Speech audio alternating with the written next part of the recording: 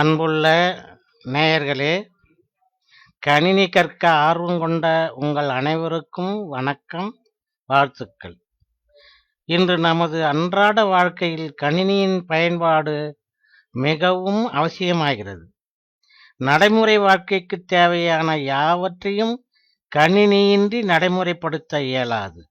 வங்கி பணிகள், அஞ்சல் பணிகள், ரயில் பயண முன்பதிவு, விமான பயண முன்பதிவு மற்றும் எல்லா வியாபார ஸ்தாபனங்களும் கணினி துணையுடனே இயக்க வேண்டி உள்ளது.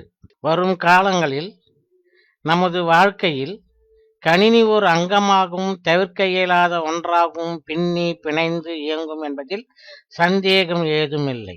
தற்போது எல்லோரிடத்திலும் மாணவர் கையிலும் லேப்டாப் வடிவில் கணினி சிறப்பாக பயன்பட்டு கொண்டிருக்கிறது. இந்த வேளையில் கணினியில் ஆப்ரேட்டிங் சிஸ்டம் என்னும் ஓஎஸ் இன்ஸ்டலேஷன் எப்படி செய்வது, அதில் என்னென்ன படிநிலைகள் உள்ளது என்பதை கற்றுக்கொள்ளும் உங்களின் ஆவலை இந்த சிடி முழுமையாக நிறைவு செய்யும் என நம்புகிறோம். வணக்கம். இப்போது ஆப்ரேட்டிங் சிஸ்டம் என்றால் என்ன என்பதை பார்க்கலாம். கணினியின் CPU என்று சொல்லக்கூடிய சென்ட்ரல் ப்ராசஸிங் யூனிட்டில் இருக்கக்கூடிய மதர் போர்ட், CPU என்று சொல்லக்கூடிய ப்ராசஸர், சென்ட்ரல் ப்ராசஸிங் யூனிட் என்று சொல்லக்கூடிய ப்ராசஸர், மெமரி யூனிட் என்று சொல்லக்கூடிய ஹார்ட் டிஸ்க் மற்றும் DVD drive, keyboard, mouse, printer, scanner போன்ற டிவைஸ்களுக்கும் கணினியை பயன்படுத்தும் நமக்கும் இடையே ஓர் தொடர்பை ஏற்படுத்தி தருவதே ஓஎஸ்இன் முக்கிய பணியாகும். இந்த டிவைஸ்களை ஓஎஸ்இன் மூலம் கட்டுப்படுத்தியும் செயல் திட்டங்களை மாற்றி அமைக்கவும் நம்மளால் முடியும். இப்போது நீங்கள் பார்த்து கொண்டிருப்பது விண்டோஸினுடைய முகப்பு தோற்றம். இதில் நீங்கள் இங்கே காண்பது ஐகான்ஸ் என்று அழைக்கப்படுகிறது. இது ஸ்டார்ட் மெனு என்று அழைக்கப்படுகிறது. இது டாஸ்க் பார் என்று அழைக்கப்படுகிறது. டாஸ்க் பார் ஆனது இப்போது நம் கணினியில் என்னென்ன செயல்பாடுகள் நடந்து கொண்டிருக்கிறது என்பதை தெரிவிக்க பயன்படுகிறது. மேலும் நம்முடைய நேரம், தேதி மற்றும் ஸ்பீக்கரின் வால்யூம் கண்ட்ரோல், நம் கணினியில் இன்டர்நெட் இணைக்கப்பட்டுள்ளதா என்பதின் ஐகான், மேலும் சில பயன்பாடுகள் ஆகியவற்றை பயன்படுத்தி கொள்ள ஏதுவாக இந்த டாஸ்க் பார் அமைந்துள்ளது. ஓஎஸ் ஆனது ஃபைல் மேனேஜராக செயல்படுகிறது. ஃபைல் மேனேஜர் என்பது ஹார்ட் டிஸ்கில் நாம் பதிந்து வைத்திருக்கும் ஃபைல்களை ஓர் இடத்திலிருந்து மற்றொரு இடத்துக்கு மாற்ற பயன்படுகிறது. இப்போது நீங்கள் பார்க்கக்கூடியது பல வகையான ஃபைல்கள். எந்தெந்த ஃபைல் எந்தெந்த சாஃப்ட்வேரில் ஓப்பன் ஆக வேண்டும் என்பதை ஓஎஸ்ஏ தீர்மானிக்கிறது. இங்கே பாருங்கள், இது MP3 ஃபைல் ஃபார்மேட், இது MP3 பிளேயரிலும், PDF இது ஃபாக்ஸிட் PDF ரீடரிலும், இது எக்ஸல் ஃபைல் எக்ஸலிலும், இது .exe என்பது அப்ளிகேஷன் அதாவது சாஃப்ட்வேர், நீங்கள் இதை இன்ஸ்டால் செய்ய வேண்டும் என்ற இந்த ஐகானுடன் காணப்படுகிறது. மேலும் பவர் பாயிண்ட், ஃபிளாஷ், பிரீமியர் போன்ற சாஃப்ட்வேரினுடைய ஃபைல்கள் என்பதை அதனுடைய ஐகானின் மூலம் நமக்கு தெளிவுபடுத்துகிறது. இந்த ஃபைல்களானது இந்தந்த அப்ளிகேஷனில் மட்டுமே ஓப்பன் செய்ய முடியும் என்பதை இங்கே நமக்கு காட்டுகிறது. மேலும் ஒவ்வொரு ஃபைலும் நம் ஹார்ட் டிஸ்கில் எந்த அளவு சேமிக்கப்பட்டுள்ளது, எந்த தேதி எந்த நேரத்தில் சேவ் செய்யப்பட்டது என்பதை இங்கே காட்டுகிறது. மேலும் கம்ப்யூட்டரில் ரைட் கிளிக் செய்து ப்ராப்பர்ட்டிஸ் என்பதை தேர்ந்தெடுக்கும் போது உங்கள் கணினியில் எந்த வகையான ஆப்ரேட்டிங் சிஸ்டம் ஆனது இன்ஸ்டால் செய்யப்பட்டுள்ளது என்பதை காட்டுகிறது. விண்டோஸ் 7 அல்டிமேட் ஆனது இந்த கணினியில் இன்ஸ்டால் செய்யப்பட்டுள்ளது. மேலும் இன்டெல் பென்டியம் CPU ஆனது இந்த கம்ப்யூட்டரின் மதர் போர்டில் இருந்து இயங்கிக் கொண்டிருக்கிறது. மேலும் 4GB RAM 4GB அளவுள்ள RAM ஆனது இந்த கணினியில் இணைக்கப்பட்டுள்ளது. 4GB வேகத்தில் இந்த கணினியானது இயங்குகிறது என்பதை இதன் மூலம் தெரிந்து கொள்ளலாம். மேலும் இந்த ஆப்ரேட்டிங் சிஸ்டம் ஆனது 64 பிட் வகையான ஆப்ரேட்டிங் சிஸ்டம். மேலும் இந்த கணினியை யார் பயன்படுத்துகிறார்கள் என்பதையும் இதன் மூலம் நாம் தெரிந்து கொள்ளலாம். மேலும் இங்கே டிவைஸ் மேனேஜர் என்பதை கிளிக் செய்யும் போது உங்களுக்கு மேலும் சில விவரங்கள் இங்கே கொடுக்கப்படுகிறது. பாருங்கள், நாம் முன்பு கூறியதைப் போலவே அனைத்து வகையான ஹார்ட்வேர்களையும் இங்கே நாம் கண்ட்ரோல் செய்ய முடியும்.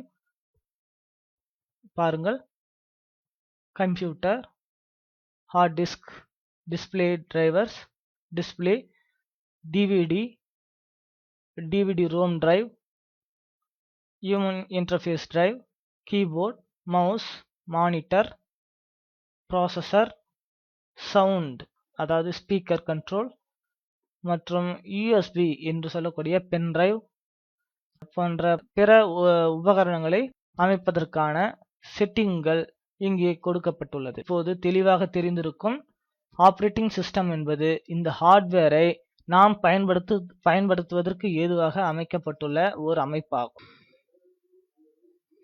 ஆப்பரேட்டிங் சிஸ்டங்களில் ஆப்பிளின் மேக் ஓஎஸ், மைக்ரோசாஃப்டின் விண்டோஸ் ஓஎஸ், லினக்ஸ் போன்றவை மிகவும் பிரபலமானது. இது லினக்ஸ் ஆப்பரேட்டிங் சிஸ்டம் ஆனது இலவசமாக கிடைக்கக்கூடியது. இதை நீங்கள் இணையதளம் மூலம் தரவிறக்கம் செய்து கொள்ளலாம். மைக்ரோசாஃப்டின் விண்டோஸ், ஆப்பிளின் மேக் போன்றவை வியாபார ரீதியாக வெளியிட்டுள்ளதால் அவற்றை நாம் பணம் செலுத்தியே பெற முடியும். இவற்றில் நமக்கு மிகவும் பிரபலமானதும் நாம் அனைவராலும் பயன்படுத்தப்படும் மைக்ரோசாஃப்டின் விண்டோஸ் ஓஎஸ் பற்றித்தான் இப்போது நாம் பார்க்க இருக்கிறோம். விண்டோஸ் ஓஎஸ் ஆனது 1970களில் எம்எஸ் தாஸ் என்னும் வடிவிலேயே செயல்பட்டது. எம்எஸ் தாஸ் என்பது ஒரு கமாண்ட் பேஸ்டு ஆப்பரேட்டிங் சிஸ்டம். அதாவது தாஸ் என்றால் டிஸ்க் ஆப்பரேட்டிங் சிஸ்டம். இந்த டிஸ்க் ஆப்பரேட்டிங் சிஸ்டம் ஆனது இப்போதும் நாம் புதிய வகை ஆப்பரேட்டிங் சிஸ்டங்களிலும் பயன்படுத்த முடியும். இப்போது என்னுடைய கீபோர்டில் விண்டோஸ் கீயையும் ஆரையும் சேர்த்து அழுத்தும் போது ரன் என்னும் கமாண்ட் வருகிறது. இதில் சிஎம்டி என்று டைப் செய்து ஓகே, நமக்கு இப்படி ஒரு விண்டோ தோன்றும். இதுதான் தாஸ் கமாண்ட் ஆகும். இந்த தாஸ் கமாண்ட் இப்போது டி டிரைவில் இருக்கிறது. இந்த டி டிரைவை நான் இ டிரைவாக மாற்ற வேண்டுமானால் இ என்று டைப் செய்து ஒரு கோலன் போட வேண்டும். கோலன் இட்டு என்டர் செய்தமானால் இ டிரைவுக்குள் நான் சென்று விட்டேன். இந்த இ டிரைவுக்குள் என்னென்ன ஃபோல்டர்ஸ், ஃபைல்ஸ் இருக்கிறது என்பதை நாம் பார்வையிட டிஐஆர் என்றால் டைரக்டரி அப்படின்னு அர்த்தம். டைரக்டரி என்பதை டிஐஆர் என்று சுருக்கமாக டைப் செய்து என்டர் கொடுத்தோமானால் என்னுடைய இ டிரைவில் என்னென்ன ஃபைல்ஸ் இருக்கிறது, என்னென்ன ஃபோல்டர்ஸ் இருக்கிறது என்பதை காட்டுகிறது. டிஐஆர் என்பதெல்லாம் ஃபோல்டர்ஸ். இங்க டிஐஆர் என்று இல்லாமல் அப்படியே இருப்பது எல்லாமே ஃபைல்ஸ் ஆகும். இப்போது இந்த டைரக்டரி ஆனது எப்போது கிரியேட் செய்யப்பட்டது, எந்த நேரத்தில் கிரியேட் செய்யப்பட்டது என்ற விவரங்கள் இதில் காட்டப்பட்டுள்ளது. இப்படியே வந்து பழைய 1970களில் நம்முடைய கம்ப்யூட்டரை நாம் பயன்படுத்தி கொண்டு இருந்தோம். இப்போது மேம்பட்டு அதனுடைய வளர்ச்சியானது அபரிமிதமாக உள்ளது. அதனுடைய வளர்ச்சியை இப்போது நம்ம பார்க்கலாம். 1985 நவம்பர் மாதம் 20ஆம் தேதி விண்டோஸ் ஆனது தனது டிஸ்க் ஆப்பரேட்டிங் சிஸ்டத்தை மேலும் மேம்படுத்தி அனைவரும் பயன்படுத்தக்கூடிய வகையில் அது ஒரு யூசர் இன்டர்ஃபேஸ் மேனேஜராக மாற்றி அமைத்து விண்டோஸ் 1.0 என்னும் பெயரில் வழங்கியது. இதுதான் அந்த ஆப்பரேட்டிங் சிஸ்டம். அதைத்தான் நீங்கள் பார்த்து கொண்டிருக்கிறீர்கள். அந்த ஆப்பரேட்டிங் சிஸ்டத்துடைய இன்டர்ஃபேஸை பார்க்கிறீர்கள். இப்படித்தான் அதனுடைய இன்டர்ஃபேஸ் இருந்தது. பின்பு அதிலும் மேம்பட்டு 1987 டிசம்பர் 9ஆம் தேதி விண்டோஸ் 2.0 ஆனது வெளியிடப்பட்டது. விண்டோஸ் 2.0 ஆனது அதிலும் மேம்பட்டு சில கண்ட்ரோல்ஸ் மற்றும் ஸ்கிரீன் லேஅவுட்டுடன் நமக்கு கிடைத்தது. 1990 மே 22ஆம் தேதி விண்டோஸ் 3.0 வெளியிடப்பட்டது. இது வந்து விண்டோஸ் NT அதாவது நெட்வொர்க் ஃபைல் சிஸ்டத்தை கொண்டு இயங்கக்கூடிய ஒரு ஆப்பரேட்டிங் சிஸ்டம். இதில் கிராபிக்ஸ்கள், அதாவது கிராபிக்ஸ் என்று சொல்லக்கூடிய கண்ணுக்கு மிகவும் அழகாக தோன்றக்கூடிய விண்டோக்களை அமைத்தது. இந்த விண்டோஸ் 3.0 வெளியிடுகிறார் மைக்ரோசாஃப்டின் நிறுவனர் பில்கேட்ஸ் அவர்கள். அதை பார்த்து கொண்டிருக்கிறீர்கள். விண்டோஸ் 95 அதாவது இப்போது நாம் பயன்படுத்தக்கூடிய வகையில் கம்ப்யூட்டரானது மாற்றம் பெற்றது 1995 ஆகஸ்ட் 24ஆம் தேதி விண்டோஸ் 95 என்னும் ஆப்பரேட்டிங் சிஸ்டம் வெளியிடப்பட்டதுதான். இப்போது நாம் பயன்படுத்தும் XP OSன் முன்னோடியாக கருதப்படுகிறது. இதில் 7 மில்லியன் இந்த OS ஆனது 7 மில்லியன் காப்பி விற்று சாதனை படைத்தது. 7 மில்லியன் காப்பிகள் விற்று சாதனை படைத்த ஒரு OS. இது 32 பிட் ஆப்பரேட்டிங் சிஸ்டம் கொண்டு வெளியிடப்பட்டது. இதை பில்கேட்ஸ் அவர்கள் வெளியிடும் படத்தினை பார்க்கிறீர்கள். சிடியை பயன்படுத்தக்கூடிய CD ROM வசதியை விண்டோஸ் ஆனது இந்த வெர்ஷனிலேயே வெளியிட்டது. விண்டோஸ் 95 என்னும் வெர்ஷனில் வெளியிட்டது. இது வெளியிட்ட தேதி 1995 ஆகஸ்ட் 24. 1998ஆம் வருடம் ஜூன் மாதம் 25ஆம் தேதி அதனினும் மேம்பட்ட விண்டோஸ் 98 மற்றும் விண்டோஸ் 2000 ஆனது வெளியிடப்பட்டது. விண்டோஸ் ME வெர்ஷனும் இப்போதுதான் வெளியிடப்பட்டது. அதில் என்ன முக்கிய அம்சம் என்றால் வேகமாக செயல்படும் புரோகிராம்கள் மற்றும் டிவிடி சப்போர்ட்டிங்கை அப்கிரேட் செய்து வெளியிட்டது. விண்டோஸ் 95 ஆனது சிடியை சப்போர்ட் செய்தது. ஆனால் விண்டோஸ் 98 ஆனது டிவிடியை சப்போர்ட் செய்தது. Windows 98 is the latest version based on MS-DOS. Windows 98 என்பது MS-DOSின் அடிப்படையாக கொண்ட ஒரு முன்னோடி ஆப்பரேட்டிங் சிஸ்டமாக திகழ்ந்தது. கம்ப்யூட்டரில் ஒரு சகாப்தத்தை ஏற்படுத்திய விண்டோஸ் XP ஆப்பரேட்டிங் சிஸ்டம் ஆனது 2001 அக்டோபர் 25ஆம் தேதி வெளியிடப்பட்டது. இந்த விண்டோஸ் XP ஆப்பரேட்டிங் சிஸ்டத்தில் 25 மொழிகளில் சப்போர்ட் கிடைத்தது. அது மட்டும் இல்லாமல் அனைத்து நாடுகளிலும் அதனுடைய சர்வீஸ் சென்டரை அமைத்தது. மேலும் இது 1 பில்லியன், அதாவது பில்லியன் என்றால் 10 கோடி கம்ப்யூட்டர்கள் விண்டோஸ் XPக்கு அப்கிரேட் செய்து கொண்டன. விண்டோஸ் XP ஆனது பெஸ்ட் செல்லிங் விற்பனையில் சாதனை படைத்து கம்ப்யூட்டரில் தனது நிலையை மீண்டும் நிரூபித்தது மைக்ரோசாஃப்ட் நிறுவனம். விண்டோஸ் மீடியா பிளேயர் என்னும் பிளேயர் ஆனது இணைத்து தரப்பட்டது. விண்டோஸ் மூவி மேக்கர் இப்போது நாம் நம்முடைய பிக்சர்களை கொண்டே படமாக மாற்றக்கூடிய விண்டோஸ் மூவி மேக்கர் சாஃப்ட்வேரும் இதனுடன் இணைத்து தரப்பட்டது. மேலும் டிஜிட்டல் போட்டோக்களை ஈஸியாக நாம் பயன்படுத்தக்கூடிய வகையில் மாற்றி அமைத்து வெளியிட்டது. விண்டோஸ் XP ஆனது கம்ப்யூட்டரின் ஒரு பெரிய புரட்சியே என்று சொல்லலாம். இந்த விண்டோஸ் XPயை எப்படி இன்ஸ்டால் செய்வது என்பதை பற்றியும் இந்த சிடியில் விளக்கப்பட்டுள்ளது. பல இடங்களிலும் விண்டோஸ் XP ஆனது இப்போது பயன்பட்டு கொண்டு வருகிறது.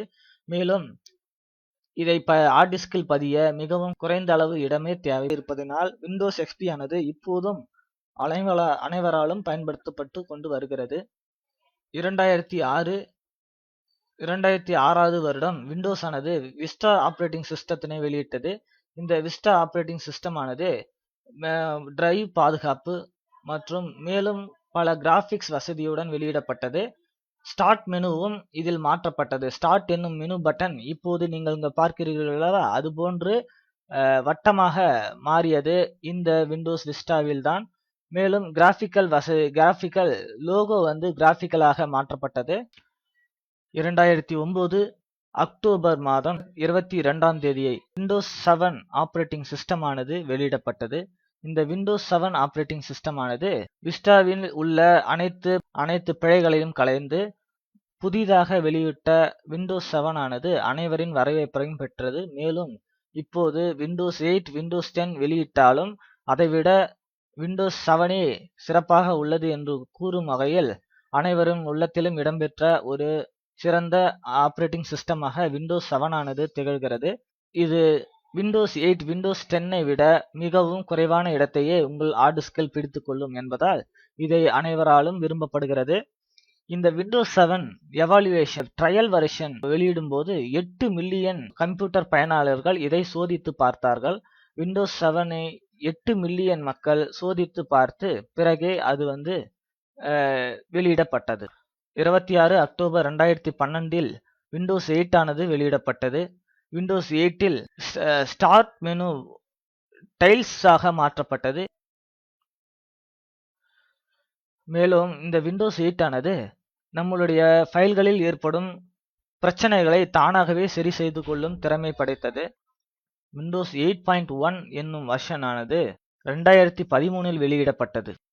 இப்போது விண்டோஸ் 8.1இல் கிளவுட் கனெக்டிவிட்டி, அதாவது கிளவுட் கனெக்டிவிட்டி என்றால் இன்டர்நெட்டின் மூலம் நாம் நம்முடைய ஃபைல்களை சேவ் செய்து கொண்டு எப்போது வேண்டுமானாலும் அதிலிருந்து நாம் பயன்படுத்தி கொள்ள முடியும். நம்முடைய கணினியில் கூட டெலீட் ஆகிவிடலாம். ஆனால் இன்டர்நெட்டில் சேவ் செய்துவிட்டால் அது எப்போதும் டெலீட் ஆகாது. அந்த வகையில் கிளவுட் சர்வீஸை விண்டோஸ் 8.1இல் மைக்ரோசாஃப்ட் ஆனது நமக்கு வழங்கியது.